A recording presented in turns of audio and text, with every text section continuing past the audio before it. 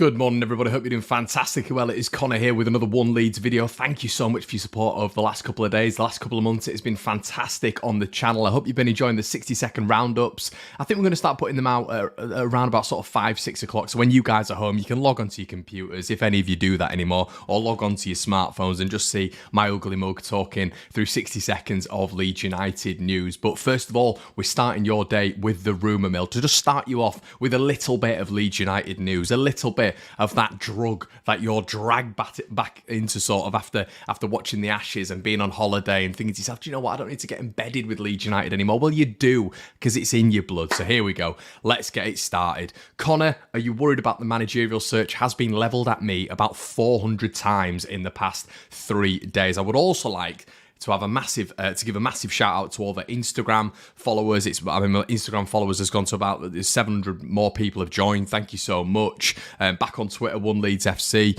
Also, I want to give a massive shout out to new Patreon members. We've got Lee, Russell, Matthew, and Richard Chamberlain. Thank you so much for supporting the channel, and existing members for supporting the channel. But we're back here to discuss Leeds United. Victor Orta has moved on. Failure, everybody, is rewarded. Monchi, his old pal, has hired him at Sevilla, and allegedly, it looks like he's moving for Rodrigo for 3.5 million euros, according to several reports now. We're not just looking at Romano, we're looking at multiple sources saying that he's going to look at buying him for 3.5 million. Obviously, Rodrigo's wages will be cut in half when we've gone down to the Championship. There's multiple clubs who are apparently interested in him. Apparently Valencia were looking at him again. We've heard about Villa, Real Madrid. Unbelievable. I don't really think Rodrigo's ever been on that level in terms of how good he actually is. But, you know, he scored, 13, 14 goals for Leeds United last season. Would he work better in the front two? Would he work better in La Liga? Like many of you guys have said, Marc Roca will work better in La Liga. Many sort of factors to it at this moment in time, and I think that would be a good move for him, to be honest with you. I think he'd do okay there. I think with this, with another striker next to him, he'd do all right. He did all right at Valencia, especially in the Champions League. I remember we signed him, and everyone was banging on about that goal he scored against Chelsea, a very good Chelsea side the season before, and it was a bargain for Leeds, but it really hurts, doesn't it? It hurts the fact that we've spent 31 million quid on a player, and our recruitment director is going to go back to Sevilla and then pinch him for 3.5 million euros. Now, I think my worry with all this is Victor Orta was top of Leeds United because Andrea Radrizzani didn't have a clue about football, and Orta was running everything, especially when it came to player contracts, release clauses, everything. My massive worry now, and a lot of you guys, the rebuttal will be, it doesn't matter, he can take all the players, it doesn't matter. While that is true, I'm massively worried that he knows the release clauses. He knows, obviously, the players. He knows what moves they'd maybe favour. Victor Orta has got a lot of our future in his hands now. He's part of a system at Sevilla, which is a winning system when it comes to European trophies, and it's massively attractive. It would be attractive for any of our players to go to Sevilla. Now, this is a big problem because Victor Orta, as I've mentioned multiple times, knows every facet of every deal at Leeds United, when it comes to any player. So this could literally be Victor Orta has bought all of these sort of players that have really struggled with Leeds in the Premier League, but may not struggle as much in the lower league, and he can pinch them offers now for ridiculous money, for ridiculous fees, and that's up to Leeds United. But it's not up to Leeds United when it comes to release clauses being activated, and I think we will see a little bit of movement when it comes to Victor Orta. We're going to see maybe Marc Roca moving there. We're going to see Rodrigo moving there. We're going to see maybe them putting in a little bid for Sinisterra. He absolutely loved the signing of Sinisterra last summer. He was going on about it and all this sort of stuff. And I think, listen, a lot of people would be okay with that in terms of, because these players haven't performed for us in the Premier League, but there's two sort of factors to it. It's the fact that they're going to be going down to a lower level, which might make these players a little bit better. But there's also the factor of, if Leeds have bought them in for a certain amount of money, we'll want to make a certain portion of that money back. And if Victor Orta knows intricacies in the deal, loopholes in the deals where he can get cheaper deals in for severe, then that's a big problem for Leeds United. It's a huge problem for Leeds United, and maybe not a lot of people are looking at that. He has got a massive advantage, and Leeds have got a huge weakness there now, and we're at an even weaker point because we are in the Championship. But I know a lot of you guys will be saying get rid, but maybe when you're looking at Somerville, when you're looking at Nonso, when you're looking at Sinistero, when you're looking at Tyler Adams, all of these players where fans have turned around and thought, yeah, they'd be great in the Championship, it'd be good to keep hold of them. If Victor can come in and get them for good deals for Sevilla and prize them away from us, that could become a bit of a problem. The players who are surplus to requirements, no problem, but I'm not sure Victor will go for those players. I think Victor's going to go and cherry pick maybe and come in with that severe sort of profile where it's like, we're the bigger club, we're in Europe, yada, yada, yada. We've won X amount of trophies. So, yeah, keep an eye on that one. Somerville, Lots of the Telegraph. Mike McGrath, who I've said to you guys has been on the channel before. I've spoken to Mike before. He's very, very good. His sources are normally bang on. I think he messaged out the other day saying that there's a £20 million release clause on Crysencio Somerville. But yeah, it looks like Feyenoord are going to be trying to get his services, and Leeds are going to have a real struggle sort of keeping him on their books, which would be a big shame. I think, Somerville, I've never been massively convinced by him, I have to say. But I think there's room for development there. I think there's room for him to become ruthless, for him to, get better when it comes to being clinical in front of goal. His defensive work needs to drastically improve. But would he do okay in the Championship? I think he would do all right. There's several things which we need to take into consideration here. Are Leeds going to get good value for him? Are we going to be able to bring an adequate replacement? And this brings a lot to the bigger picture and the party at the minute. With Llorente going, with all these players going, they're still going on about talking to managers this week. There's now Vieira into the mix. It seems, from my perspective, that, and I hope this is, just smoke and mirrors, really. It seems like they've not really got a clear idea at the minute. Vieira's now into the mix. Parker's now back into the mix after it'd been a two-horse race between Corberan and Daniel Farke. That was a two-horse race, and it has been a two-horse race for the best part of 10 days. Steven Gerrard, according to a fair few sources, now back into the mix after rejecting the Saudi Arabia approach, which has taken 2 weeks for him to reject. I'm really, really worried that this is going to become...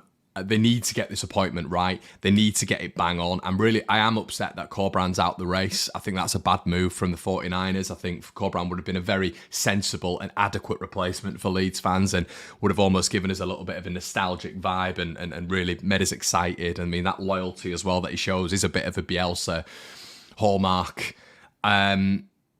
I'm a little bit worried that they're going to go down the New York approach with Vieira, which, listen, he might be able to attract players. He did okay at Crystal Palace, but once again, the foundation of that Crystal Palace squad is much better than the foundation of this Leeds United squad now, especially with all of these players going out, and apparently Vieira was interested in the job post Bielsa. Obviously, they gave it to Marsh. Then he was interested post Jesse Marsh, and they gave it to, obviously, Grazia. I think he actually rejected Leeds that time as well. Post Grazia, post Marsh, as every other club did. But I'm just really worried that this doesn't have the feel of structure, and I know a lot of people are turning around and essentially saying, but Connor, Southampton haven't done anything, Leicester still haven't moved yet, but we need to get our house in order. We need to get everything in place. It's all, the transfers window's open now. The players are returning in less than, it's less than 10 days.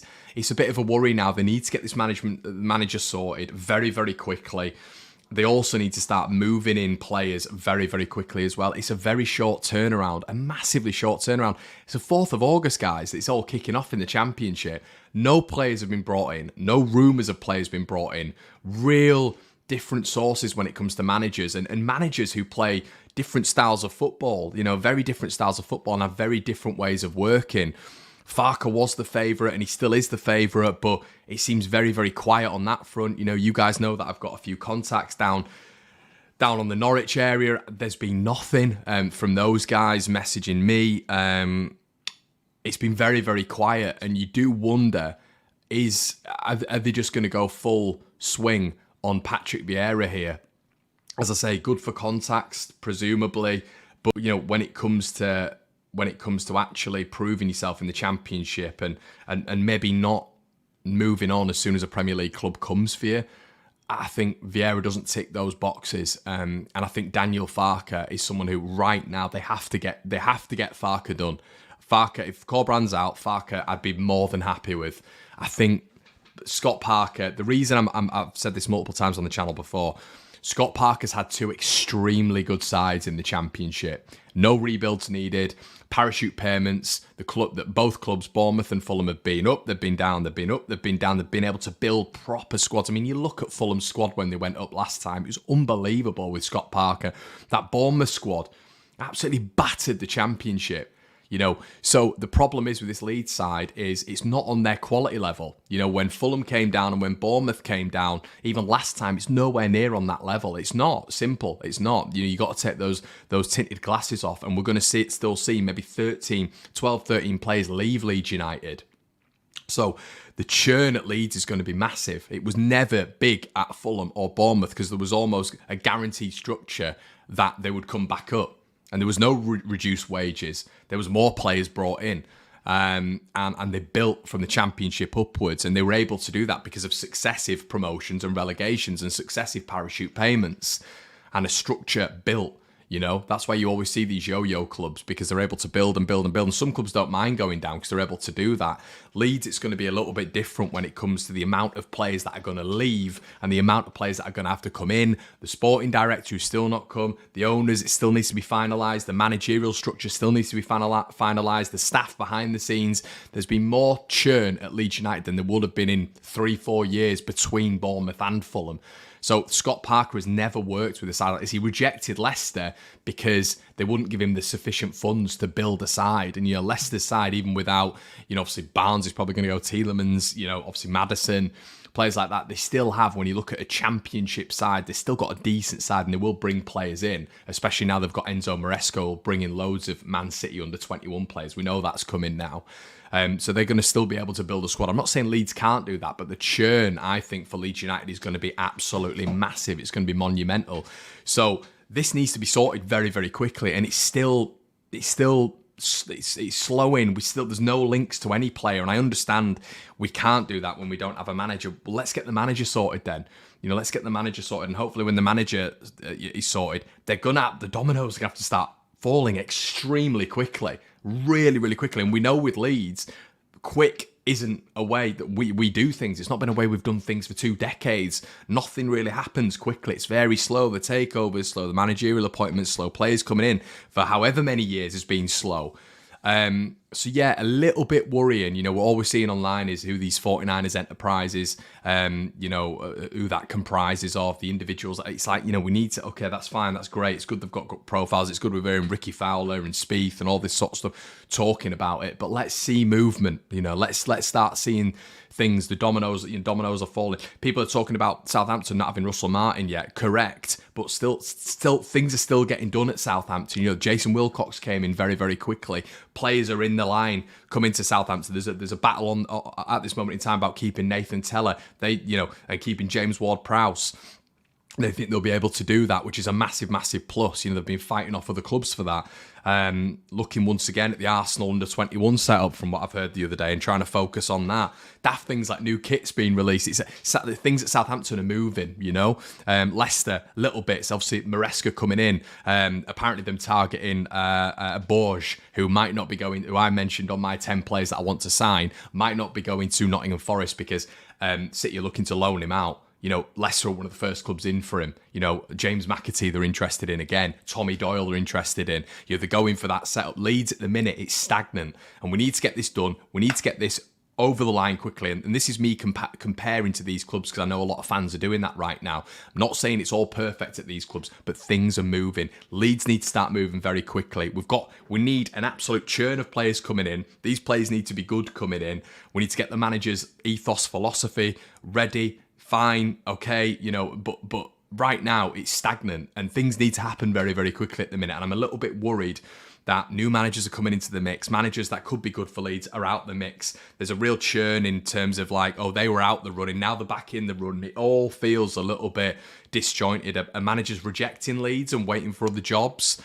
Who knows, but it seems to be getting to the point now where where aspects have to move quickly. Guys, let me know what you think in the comment section below. Fascinated to hear what you think about this one. Thank you so much to the Patrons. Thank you so much to all of the YouTube subscribers as well, growing every single day. Guys, have a good one, and I'll see you in a bit. Cheers.